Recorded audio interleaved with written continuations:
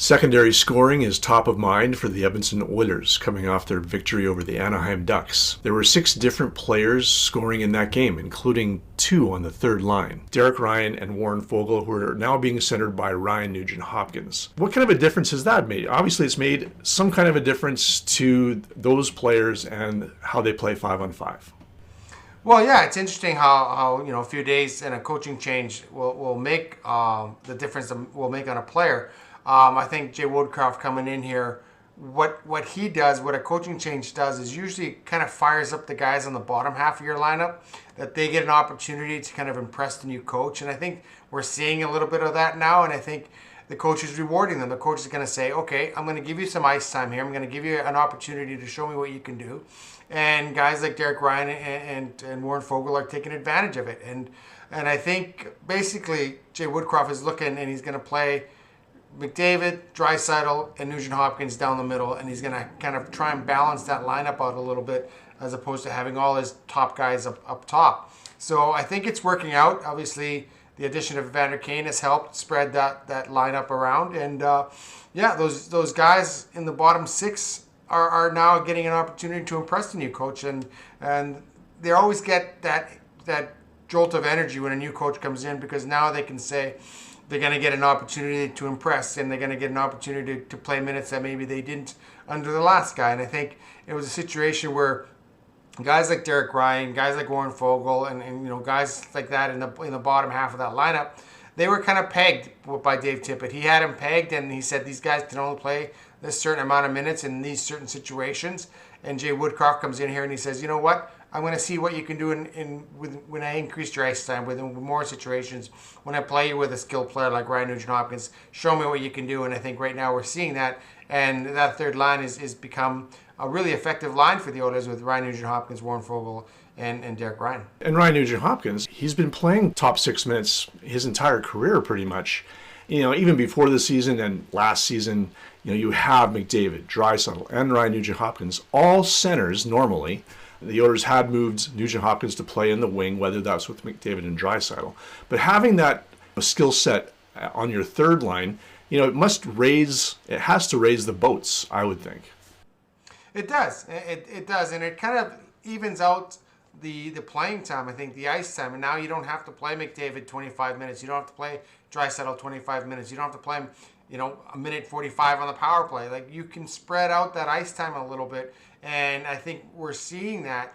And it's always a situation where you need contributions from the bottom half of your lineup. You can't win without contributions from that bottom half. And I think you're seeing that now. And what this does, it really kind of spreads the well through the top 3 lines. And that's what they're doing. And the Oilers are essentially playing with 3 lines. Their fourth line almost doesn't exist right now, because Jay Woodcroft is playing with 11 forwards and 7 defensemen, and Devin Shore has been stapled to the bench, basically. I think he only played about 4 minutes last night. So he's basically going with 3 lines, 7 defensemen, and that's what he's rolling now, and he's trying to even out the ice time with those 3 lines. Obviously, as you get further along in the season and in tight situations, you're going to see Draisaitl and McDavid come over the boards a bit more often. But I think that's his game plan right now, is to have 3 solid lines that you can throw over the boards and you're going to get contributions from.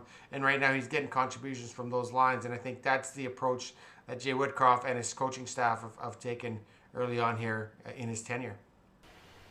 And it will be interesting to see how the Oilers perform, in the games coming up. There are some stiffer competition coming up, these first 4 games with Woodcroft, arguably with some lighter weights. I mean, the Kings and the Ducks are, in the playoff hunts. In fact, before the Oilers beat them, they were above them in the standings.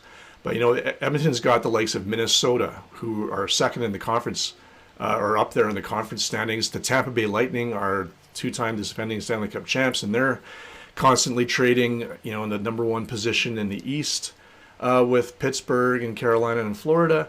I guess we'll see how the depth holds up. Yeah, it will. And you know what? It all starts with goaltending as well. Like, they are still getting the goaltending now that they weren't maybe earlier on in the season or when they went on that slide. Mike Smith has kind of found his groove again. He's playing well. He gave up a pretty soft goal in Los Angeles and then rebounded and played really well. They're getting that goaltending, and it starts there in goal. So that's where it begins. And then then yeah, now you're going to get to see how that depth matches up against teams that have a lot of skill, have a lot of firepower. And I think Minnesota plays the same way. Minnesota rolls their lines. Minnesota has everyone involved. They get strong goaltending.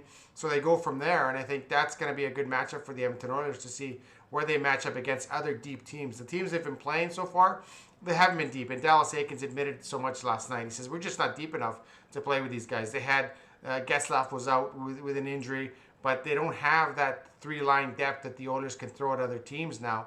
And so now you're going to see when teams come in here and they can match up with that depth, it's going to be interesting to see where the Oilers fare. Now they've lost Jesse Puljujarvi for looks like for 4 weeks, so someone's going to have to step up and take those minutes as well. So it's constantly evolving a situation, but I think right now the idea for Jay Woodcroft and his staff, Dave Manson coming in here, is saying let's even out the ice time, let's spread out the wealth a little bit, and let's give people an opportunity to contribute to this team.